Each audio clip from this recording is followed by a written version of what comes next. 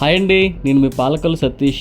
ఈరోజు మన పాలకొల్లు నుంచి అంతర్వేది నరసింహస్వామి గుడికి అయితే మనం వెళ్తున్నామండి.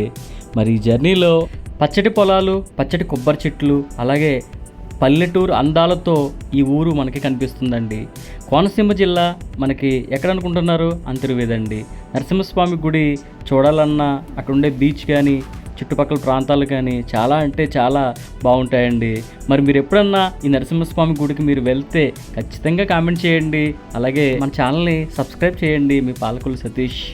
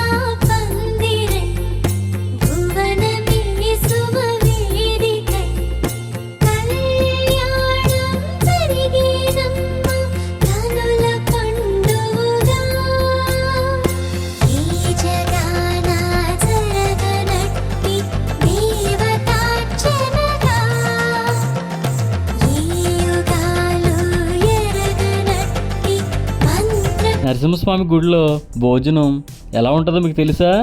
అయ్యి బాబోయ్, మీరు చెప్తాను, మీరు వినండి. మనకి ఒక ఆకు వేస్తారండి, ఆకులో ఫస్ట్ బూరె వేస్తారండి. ఆ బూరె ఎలా ఉంటుందో తెలుసండి? టేస్ట్ నోట్లో పెట్టుకుంటే కరిగిపోద్ది. అలాగే పప్పు మామిడికాయ కర్రీ, పచ్చడి అండి, అలాగే సాంబారు, పెరుగు ఉంటుందండి, గడ్డ పెరుగు. అబ్బబ్బబ్బబ్బబ్బా, మళ్ళీ అడుగుతారండి. మరి అలా ఉంటుంది నరసింహస్వామి గుడిలో భోజనం. మీరు ఒక్కసారి తిన్నారంటే లైఫ్లో మర్చిపోలేరండి. ఈ వీడియో చాలా కష్టపడి తీసానండి. మరి ఈ వీడియో మీకు నచ్చుంటే మన ఛానల్ని సబ్స్క్రైబ్ చేయండి. మీ పాలకొల్లు సతీష్.